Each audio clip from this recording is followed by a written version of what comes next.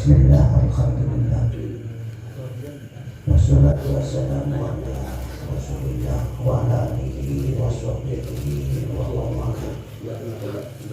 Amma ba'du, para bapak hadirin sekalian, Allah muliakan.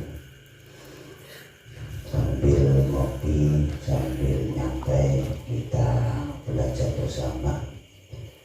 Yang terpenting bahwa ngaji utawa belajar niki kita tidak perlu membahas paham atau tidak.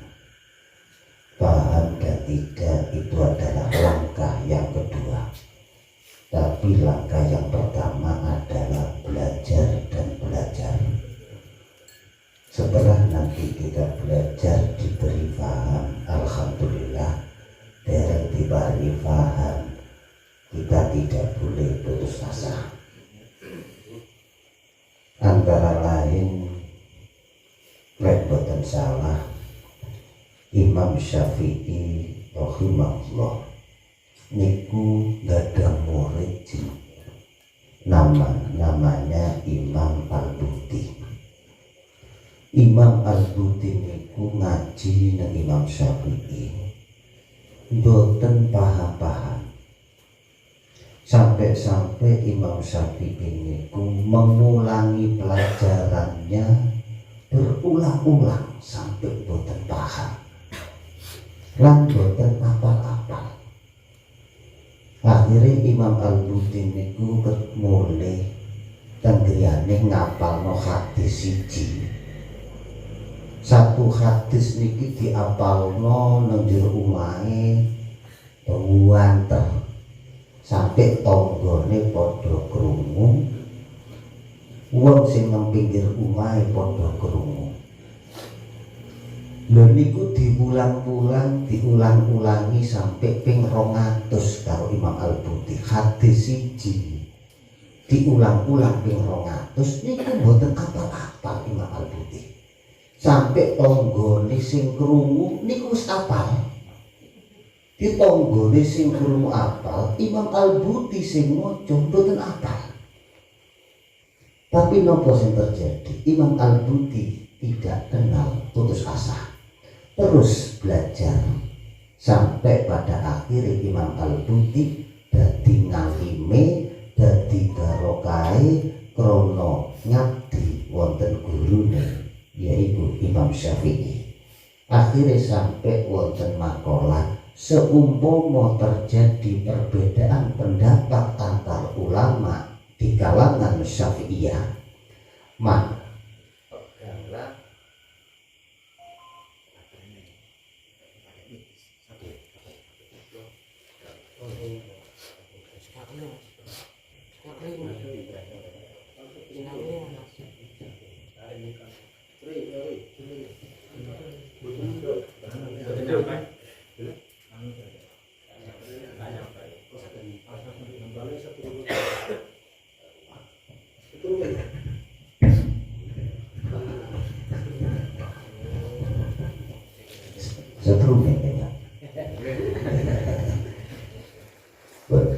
akhirnya Imam Al-Buti itu krono mendune, katakan krono otaknya ndak apal-apal sampai diulang-ulang ping 200, tonggone sing krungu niku apal, Imam Al-Buti durung apal. Napa krono faktor mungkin IQ-nya bukan cerdas, tapi ndak kenal putus asa. Walhasil sampai Imam Al-Buti diparingi ilmu barokah, ilmu sing manfaat, sehingga ada sebuah makalah seumpama terjadi perbedaan pendapat di antara ulama kalangan Syafi'iyah, maka peganglah pendapat Imam Al-Buti. Karena Al-Buti sing dampingi gurune yaitu Imam Syafi'i. Lah sehingga kula jenengan hitung-hitungan ngaji niku lek pandangan para kiai sepuh, walaupun wis sing diterangno awake dhewe wis weruh, tetep bukan berarti kita tidak tahu. Nah, gini Eri.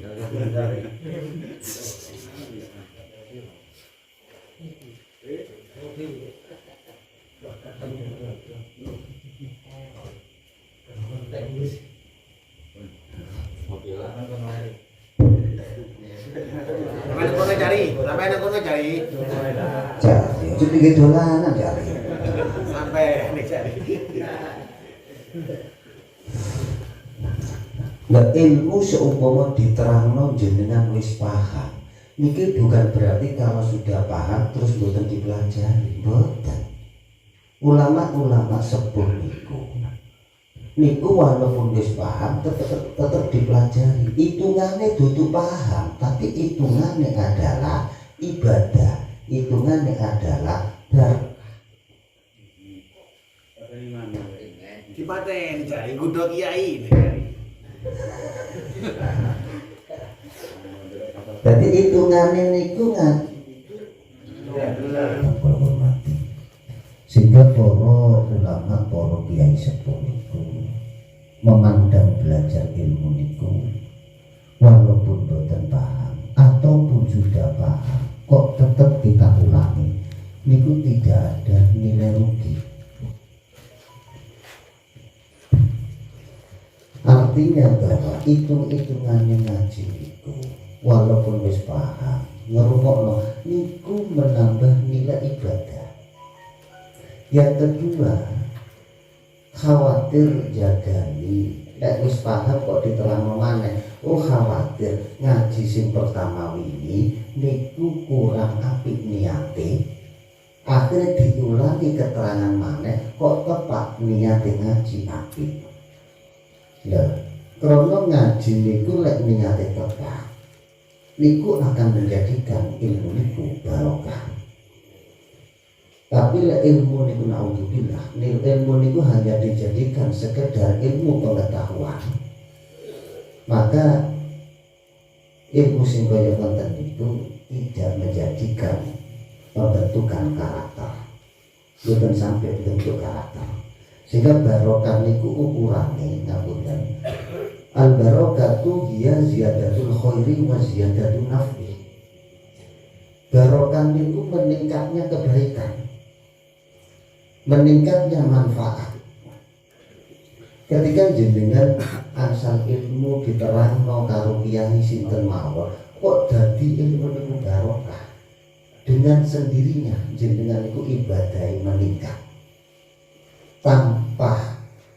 Tanpa disadari moro-moro kepingin ibadah apik tambah apik tambah apik tambah apik.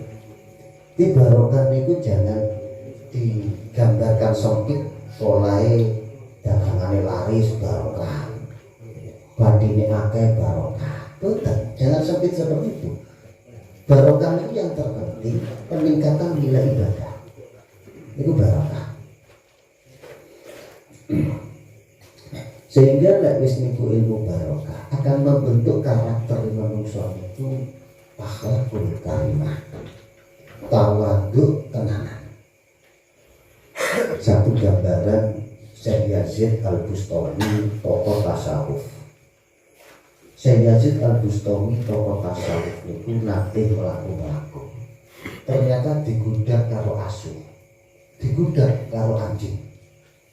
Waktu digudak karo asu niku asune nyedek katine dilat napa namanya kate kena jubah kaya Mas Nur wonten jubah wonten niku gayahe kaya yes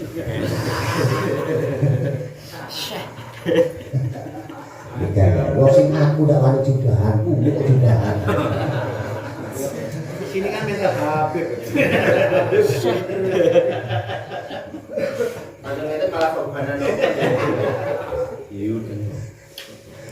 Akhirnya Syekh Yazid Al-Bustami niku jubahan ono asu niku gudak. Lho asu waktu gudak nyedek nang Syekh Yazid Al-Bustami moro-moro jubahe Syekh Yazid iki diangkat. Khawatir kenain asu. Akhirnya diangkat asune tambah nyedek diangkat maneh jubahe.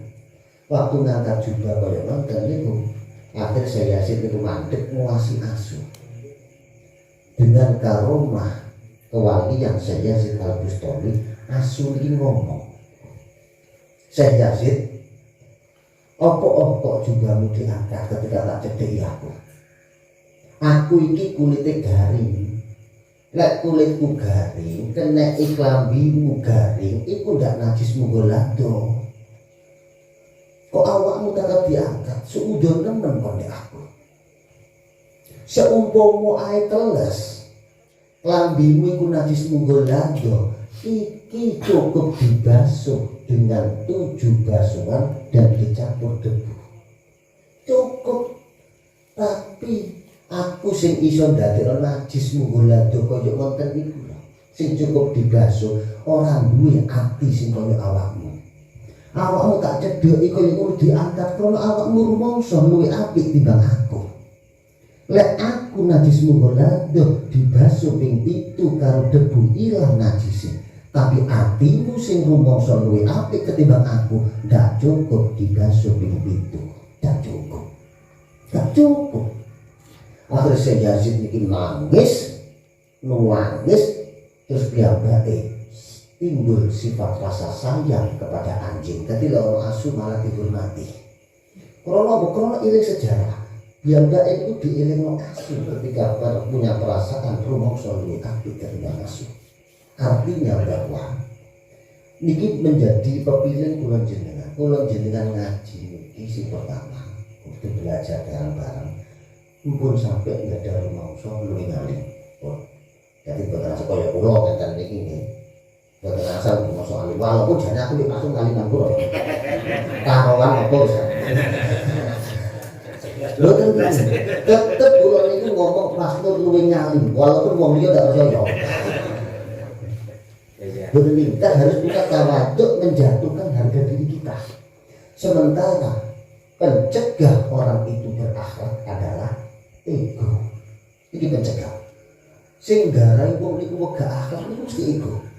Rumangsa luwih apik, mentingno kepentingane dhewe, rumangsa bener. Niki sudah pencegah akhlakul karimah. Dengan harapan ngaos niki segede iki dadi barokah lan muga-muga kula jenengan sedaya kali Allah diparingi gampang terbentuk karakter akhlakul karimah. Amin amin ya rabbal alamin. Melanjutkan pembahasan yang kemarin bahwa sesuatu yang membatalkan sholat antara lain yaitu waniyatu qodis sholati, niat memutus sholat. Artinya bahwa niat memutus sholat niki akan berdampak sholatnya batal ketika terjadinya niat memutus sholat itu ada di tengah-tengah jenengan melakukan sholat. Satu kasus contoh semisal jenengan melakukan sholat di tengah-tengah sholat oleh sak rakaat moro-moro akhirnya jenengan niki muli dengan niat aku tak metu teko sholat, aku tak lereng dhisik sholat, utawa tak pedhot sholatku.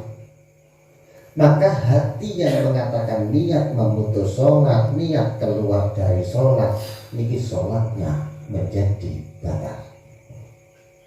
Sholatnya batal.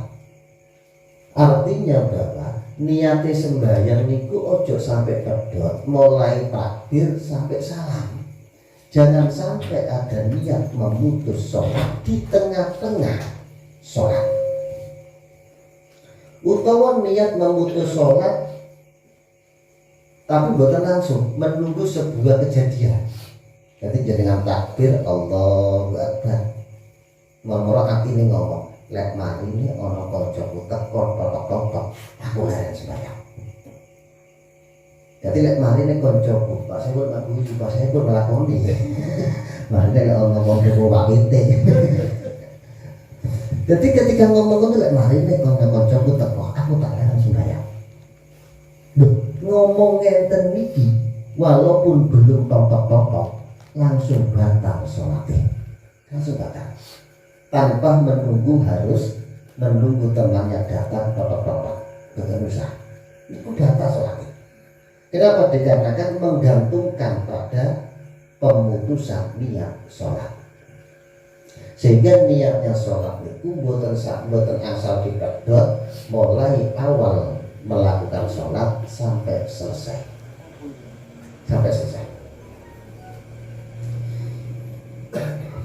Namun ketika niat melakukan sesuatu yang membatalkan, niki mboten sampai batal sholatnya. Niat melakukan sesuatu yang membatalkan, jangan takbir Allah ya ada. Moro-moro atine ngomong, lek mari ning bojoku liwat, mari tak cekel. Lah nek dicekel kan batal kan bersentuhan kulit. Ngenten iki mboten membatalkan. Mboten. Kenapa? Karena belum melakukan. Tapi lek niat medhot sembahyang kaya wau niku, walaupun itu pekerjaan yang langsung dilakukan atau pekerjaan yang masih akan dilakukan, maka langsung menjadi batal. Persis kayak dalam hal Islam. Islam ini awal diri dan jero ati niki ojo sampai hilang, ojo sampai pedot. Ojo sampai pedot sedetik mboten asal Islam itu hilang terlatih. Sehingga lek jenengan niku atine ngomongin ngomongin aku mengatine niat ingsun dadi wong kafir. Maka seketika menjadi kafir. Pedot Islam sehingga butuh syahadat. Untuk ngomongnya lek aku sampai dikai duit, nang atine ngomongin lek aku sampai dikai duit, aku katanya masuk Kristen.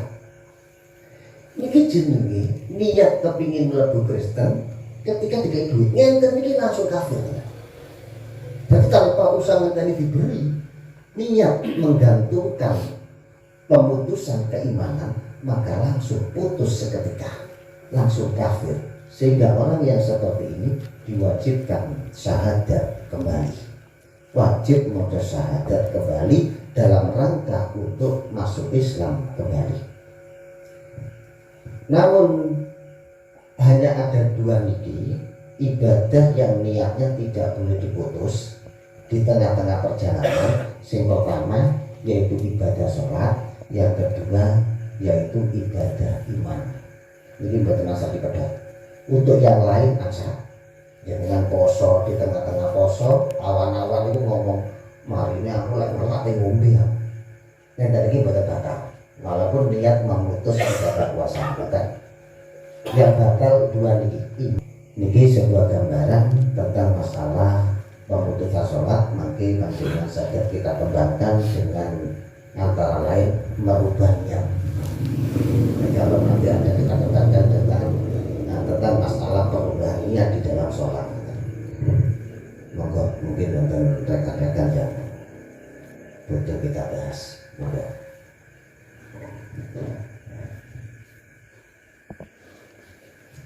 Assalamualaikum warahmatullahi wabarakatuh. Nanti kalau sudah selesai mau seandainya dalam hatinya ketika sholat, aku nggak mau sholat tak, nggak kah? Itu apakah membatalkan sholatnya? Yang kedua, saya ingin lebih paham karena ini tidak kita lakukan tiap hari, tiap hari sih, kadang seminggu minggu. Mandi junub yang benar menurut syariatnya itu gimana? Terima kasih. Assalamualaikum warahmatullahi wabarakatuh. Waalaikumsalam. Sampai di busla. Enggak itu mending kalau seminggu minggu jadi kamu atau seminggu. Yang baik sih. Harus sudah semutan kau itu. Berlatih pakai dulu. Bentuk yang pertama, ketika jenengan melakukan sholat, tadi kalau terangkan bahwa sholat itu niatnya jangan sampai diputus mulai awal sholat, yaitu mulai takbiratul ihram sampai pada salam.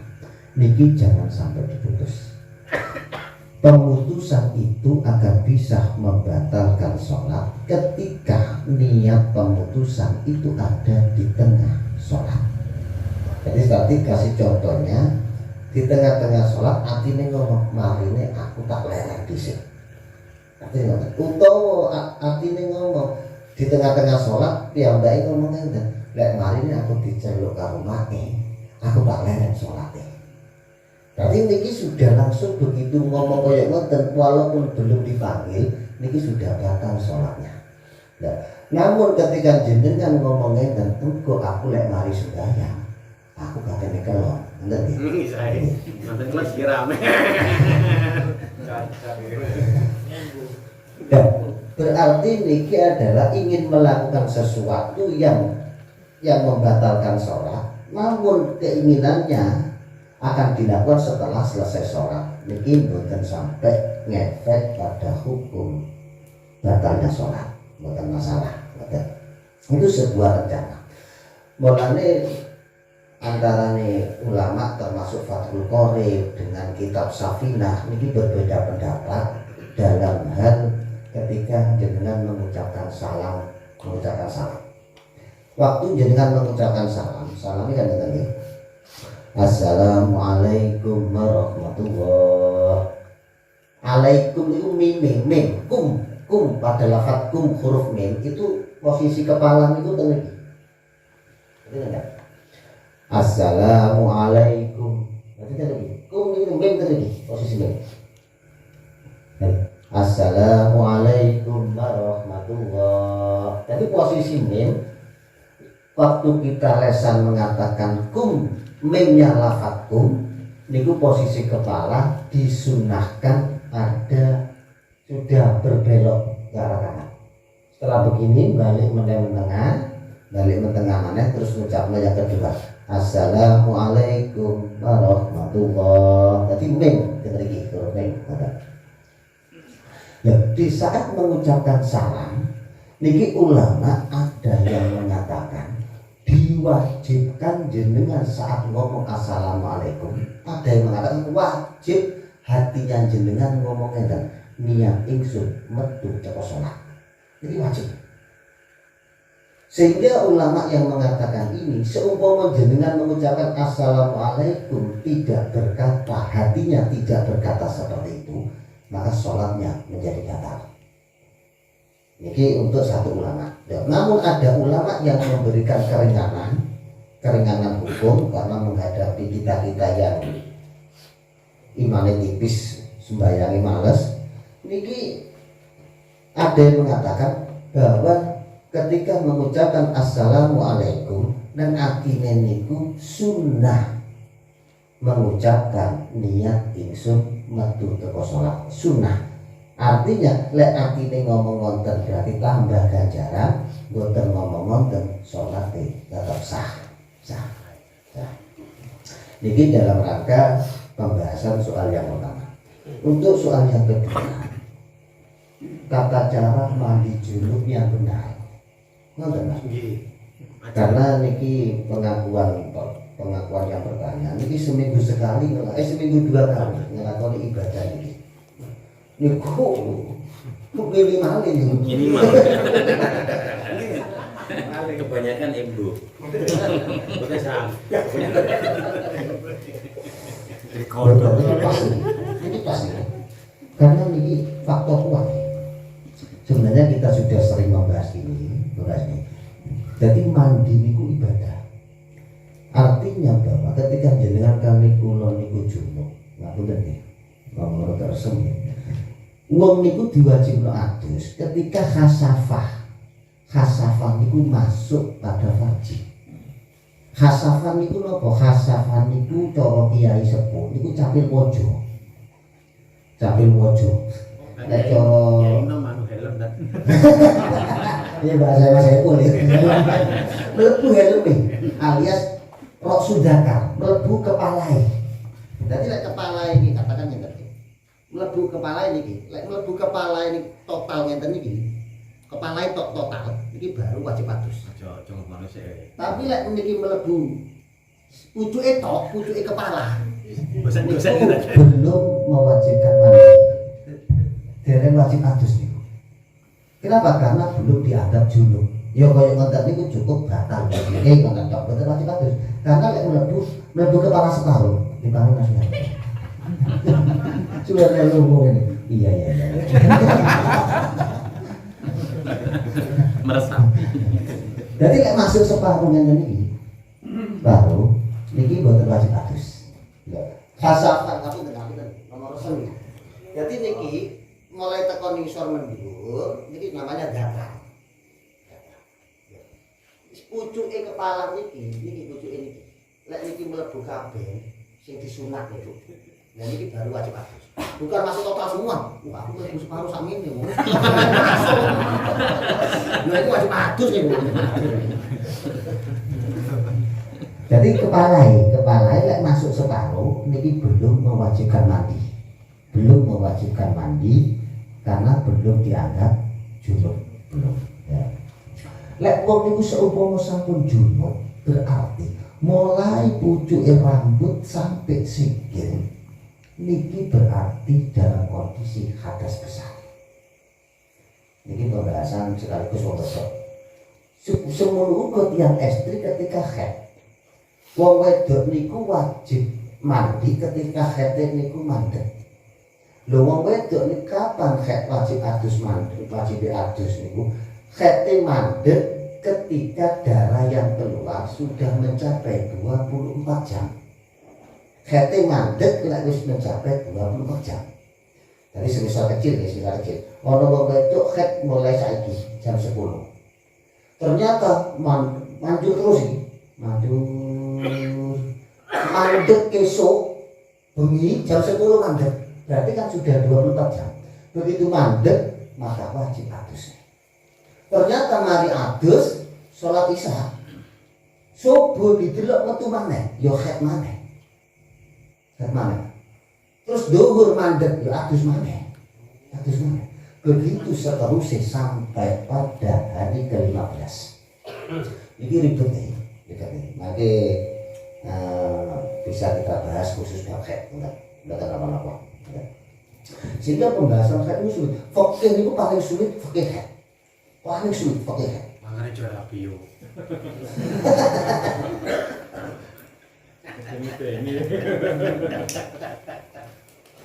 Mas aku langsung ngomong selamat aku.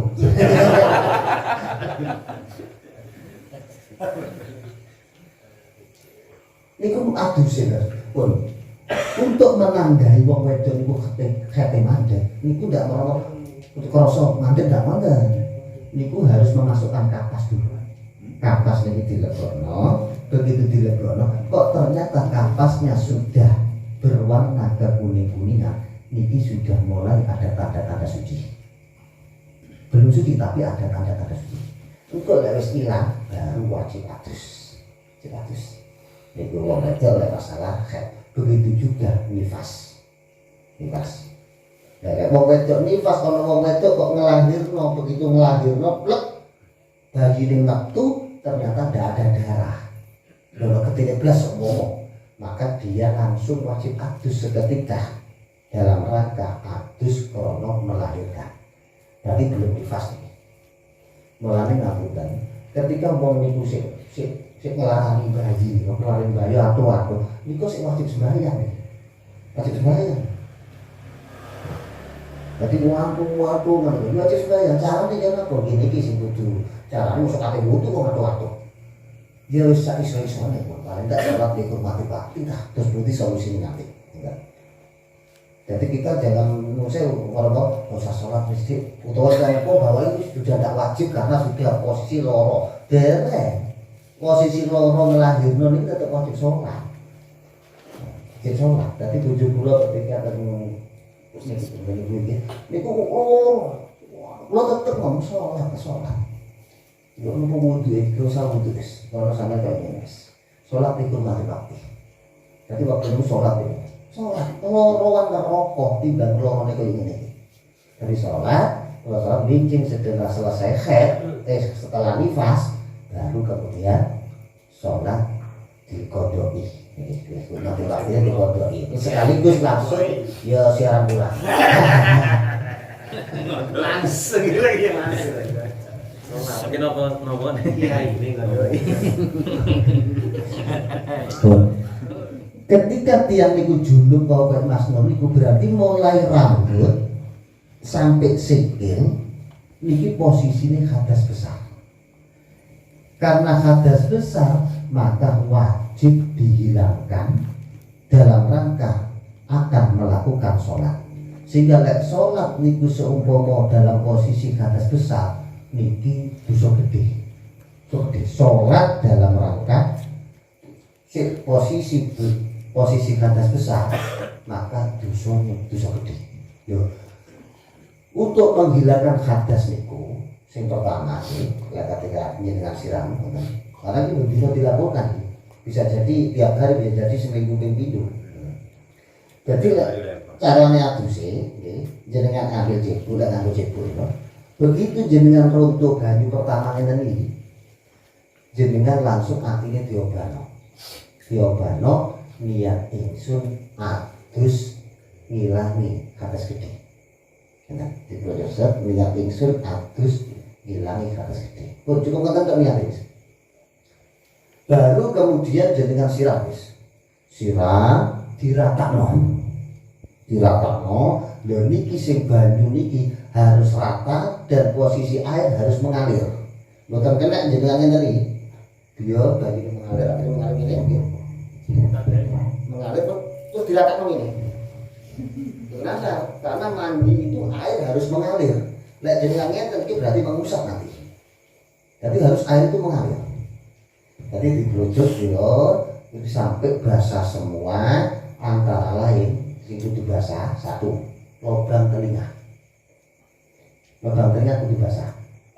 Tapi bukan sampai ke dalam sebenarnya. Tapi lek jenengan posisi tak kosong lebokno ke dalam wis. Lebih aman.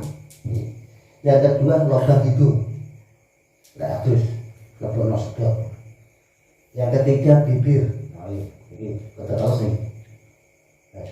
Terus selanjutnya lubang udel. Ini yang biasa nih. Lubang udel jangan buka udel itu sampai ujungnya enggak buka. Karena udel itu mengkerut. Ini dibuka terus disiram enggak digerocok. Kemudian yang perlu dipahami adalah lubang dubur. Niki. Lubang dubur niki pun sampai kae.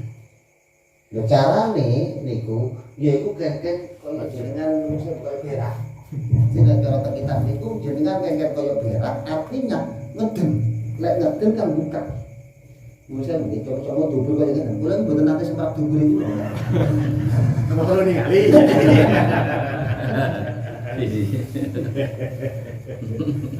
Dubur ini kan mengkerutnya apa? Dubur ini mengkerut loh. Kulit sing wajib dibasuh ini kulit jero nih. Nah, ini wajib dibasuh nih. Ini wajib teles nih.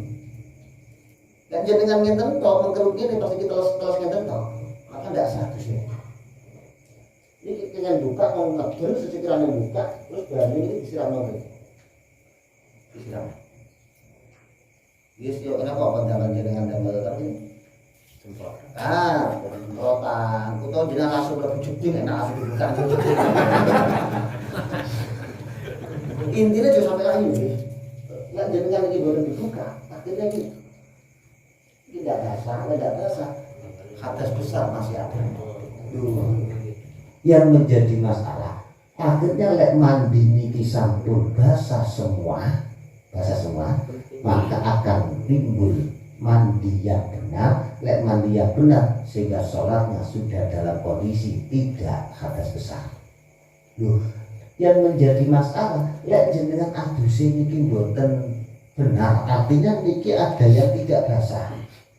Jangankan berapa senti, 1 titik tidak basah, jenengan sholat maka sholatnya tidak sah dan masuk kategori dosa besar. Mulane rata-rata tiyang niku kathah sing kesiksa gara-gara masalah adus. Banyak hadis-hadis tentang keterangan kita siksa niku karena faktor mandi. Mau kadang susu Pak Saiful nih, moro-moro kawanan bos adus kok mulai teko pasar wae. Adus sih mulai teko pasar.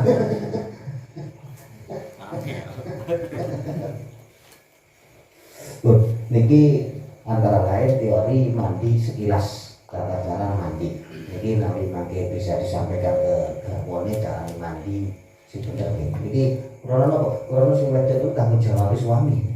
Ya sing wedok aduse salah. Niki sing dosa itu sing wedok tok, sing wedok ya dosa, sing lanang ya dosa. Ya. Karena apa? Karena kanggo jawab sing lanang. Tanggung jawab sing lanang. Jadi malah dikandani, mati caranya adus ya nopo. Nggih paling enggak ya diajak adus bareng maksudnya. Saya kali itu pindah. Itu sekilas. Betul. Monggo. Ketika mandi, alangkah baiknya keringnya dimasukin air. Seandainya ketika waktu niat pertama kepalanya langsung dimasukkan ke jeding si gede maksudnya, itu apa masih perlu dimasukin air? Ditetesi apa enggak? Ini paling tidak jadi kalau diginikan kan terus kali ini kalau terus ya wis. Hukum niku kan kalau dalam hal yang kayak saya jenengan membasuh tubuh wong. Mosok perlu jenengan tubuh terus apa? Karena tidak bisa melihat. Cukup menggunakan dugaan. Bisa dirasakan. Jadi jenengan menurut saya, ketika jenengan itu berak, pada saat berak jenengan cawi, mosok perlu tak? Sudah hilang apa belum najisnya? Tidak terlihat, maka cukup menggunakan dugaan. Ketika tangan jenengan mesti kosok-kosok tidak kerosok, ya sudah suci, suci. Ya. Begitu juga ketika jenengan yang promosi lain jeding ini loh, langsung lihat itu masih gede. Aku jadi teman-teman. Jadi anak yang pakai itu jago. Jadi itu ketika jenengan sudah terasa nanti ini masuk ya sudah cukup. Jadi tidak usah. Pokoknya terasa sudah sebenarnya batasan kulit kuping itu yang wajib dibasuh adalah kulit sing seumpama diwasi kancane ketok. Jadi bolongan si ketok niku tok sing wajib dibasuh. Enggak sampai ke dalam. Jadi kulit lubang telinga ya Perlu juga di air apa? Nggih, jenengan ketika mandi. Kuku niku malane seumpama wonten kotorane niku yakinkan bersih sehingga air itu masuk. Sehingga kalau kita niku katanya adus atau katanya wudu. Nopo arape rumiyin terus mboten niat anu langsung tengah dini nopo bareng kali takbir. Masalah niat sih. Tunggal itu. Sing kedua, ini nun kalewu wis nggih. Pertanyaane. Mindak soalnya dari ikut saya kemarin kalewu dari ini. Ini masalah anu, masalah mungkin menyambut kali Syekh Nur di wong iki.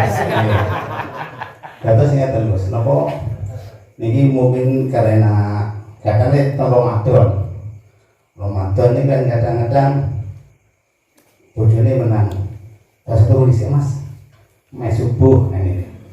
Apa di imbuk? Wah, nah ini terjadi sebenarnya. Berhubungan mepet terus keselan film misalnya kebablas ngantos misalnya Ramadan kerina lah bangkong dan itu padahal itu kan awal puasa itu tak sedang keadaan harus besarnya nopo itu hampir sama kejadiannya kali misal tidur siang berhubung mungkin tasik hujan ya mimpi basah keadaan itu nopo padahal itu dalam keadaan puasa mimpi basah niku nopo hanya cukup mandi, nopo harus dikotori, nopo. Niku sing kedua sih. Sing ketiga ini masalah berdoa dalam sholat terus. Kalau sering mendengarkan berdoa dalam sholat. Jadi ada mungkin tentang sujud akhir atau nopo. Lah berdoa dalam sholat niku harus diucapkan, nopo cukup dalam hati. Nopo Indonesia yang asal, soalnya kalau bahasa Indonesia mungkin kan bisa merusak sholat, pikir saya kan gitu. Nopo harus Arab saja. Nah itu yang terakhir itu. Terima kasih.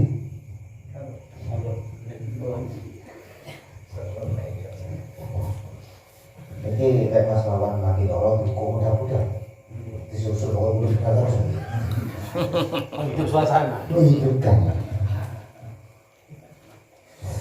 Untuk masalah yang pertama tentang niat. Niat itu adalah an-niyatu dia qasdu syai'i muqtaronan bi fi'lihi. Niat itu adalah kemauan hati untuk melakukan melakukan sesuatu dengan catatan harus bersamaan dengan melakukan pekerjaan. Itu namanya niat. Sehingga lek sholat, niatnya itu harus ditaruh di awal melakukan sholat. Awal melakukan sholat itu adalah takbiratul ihram. Sehingga niatnya itu harus ditaruh di takbiratul ihram. Kemudian niat itu adalah rukun sholat yang harus dikerjakan oleh hati. Sehingga niat itu adalah pakai hati.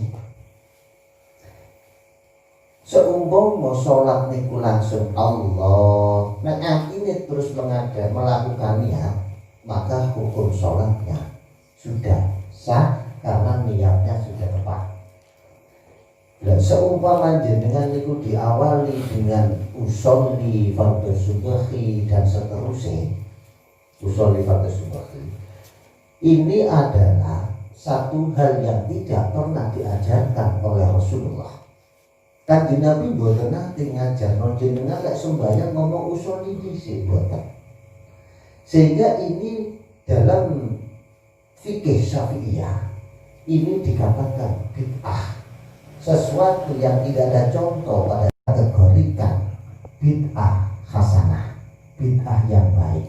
Kenapa? Dikarenakan hati seseorang itu ketika lesan mengatakan usolli lesan ngomong usolli, niku pasti akan membantu hati untuk ingat pada niat. Sehingga usolli ini adalah dalam rangka membantu lesan. Walhasil usolli walaupun tidak diajarkan, tidak dicontohkan oleh Rasulullah, maka tetap diperbolehkan karena dalam rangka untuk mempermudah niat. Nah, sehingga ngomong usolli, sembahyang ngomong usolli versi Syafi'i niku adalah sunnah. Jadi jenengan sholat usolli dhisik terus Allah Akbar artine niat. Iki sing sae. Seumpama tanpa usolli langsung ngadeg Allah ngeten iki nggih langsung. Nah, sing penting ati. Lho seumpama nanti terjadi perbedaan karena sembahyang kadang-kadang keburu perbedaan, lesane ngomong usolli fardhu dhuhri, atine ngomong niat sholat asar.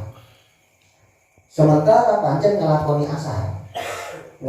asar cuma lesane kadung ngomong usolli fardhu dhuhri Allahu Akbar, terus atine ngomong niat ingsun sholat fardhu asar, maka tetap sholatnya dianggap sah karena niat itu yang dianggap adalah suara hati, bukan suara lesan, bukan suara mulut. Tetap hati yang digunakan. Dan begitu juga wudhu, mulanya wudhu niku ngomong nawaitul wudhu'a niku adalah lesan dalam rangka untuk membantu hati. Sehingga jenengan ketika wudhu itu sing penting hati nih ngomong niat isu wudhu. Lek jenengan lesane tok sing yang berbicara, hati tidak berkata, maka wudhunya tidak sah. Jadi semisal tadi mau banyu dicipir ini, nawaitul wudhu ahli rafil, hatinya tidak berkata, hatinya tidak niat, maka hukum sholatnya tidak dianggap sah, hukum wudhu tidak dianggap sah. Jadi yang penting itu niat itu adalah suara hati. Namun yang perlu dipahami, seperti yang saya terangkan berulang kali, untuk sholat fardu jangan meninggalkan 5 kata. Tidak sembahyang fardu harus menyebutkan niat ingsun sholat fardu duhur. 5 niki ojo ditinggal. Nek jenengan meninggalkan salah satu ini batal. Semisal koyok niat ingsun sholat duhur, ngoten to. Niat ingsun sholat duhur tidak menyebutkan fardu, maka sholatnya batal. Harus menyebutkan fardu. Fardu harus disebut niat ingsun sholat fardu duhur. Nek dadi imam ya imaman, makmum ya makmuman. Itu masalah satu tentang masalah niat. Kemudian yang kedua,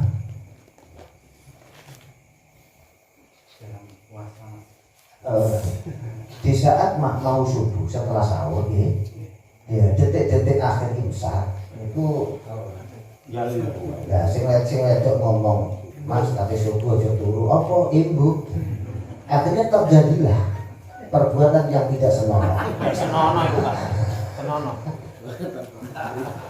Kan kode bojone kan senono. Ya, di saat perbuatan tidak senonoh ini dilakukan, kalau itu dilakukan selama belum imsak, katakan belum keluarnya fajar shadiq, maka hukumnya tetap boleh-boleh saja.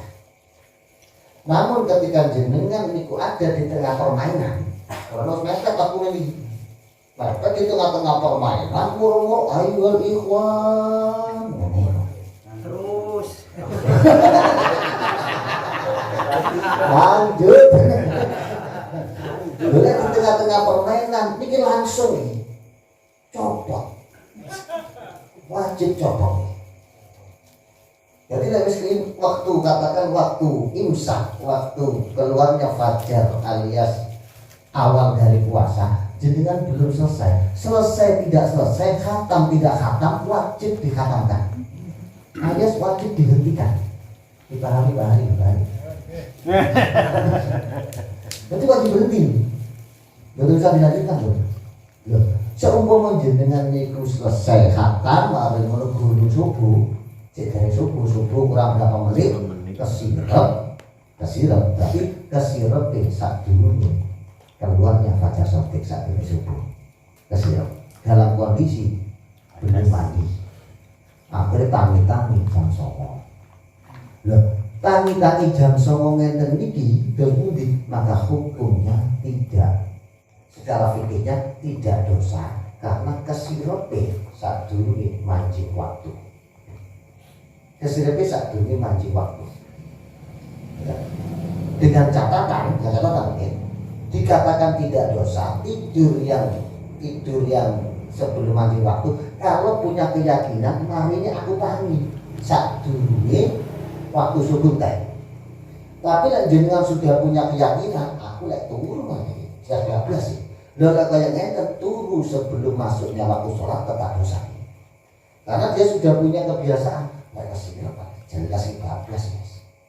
12. Loh ngeten berarti dia sudah tahu. Karena sudah menjadi faktor kebiasaan. Loh ngeten ini tidurnya seperti ini dianggap sengaja meninggalkan sholat. Ya. Setelah jam 9 niku tangi, katene sholat. Jam 9 ini berarti kan kudu adus gede ini kan menjadi satu permasalahan.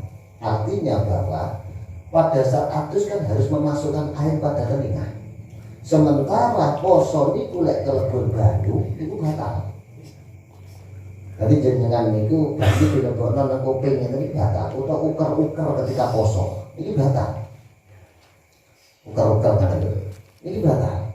Kupingnya diuker-uker, irungnya diuker-uker, ini batal kalau masuk pada lokasi batin. Tapi uker-uker ini bukan sampai melebu, ini tetap mencoba nih, kemarin sekolahnya. Jadi uker-uker tawan, dan ini ketika kondisinya seperti ini bagaimana mandinya? Maka tetap wajib dibasuh kulit yang harus dibasahi pada saat mandi. Mulai waktu kalau terangkan lubang telinga yang wajib dibasahi itu adalah lubang kulit, lubang telinga sing seumpama didelok ngenten iki ketok, ini wajib dibasahi. Sehingga ini bukan perlu menjeru. Jenengan cukup ngenten mawon ngenten. Ya dulu. Nah, ngenten iki kok terus wis diulang-ulang ngenten.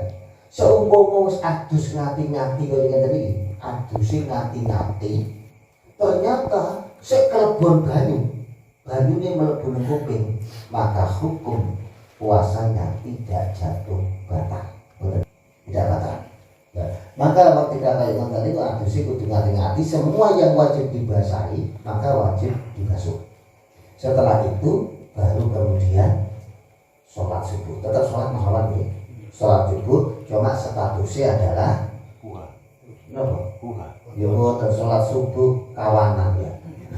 Salat subuh kondokan. Kita tahu. Pokok intinya sholat yang sudah habis waktunya, kula dengan pun aku sampai masa sembahyang cuma kan tetap jenengan sholat dikodoi. Dan jenengan ngomong aduh kalau dosa sembahyang bisa ini malah ngenyek nemen nih, malah semakin besar dosanya. Tetap dikodoi. Itu yang kedua. Untuk yang ketiga berdoa di dalam sholat.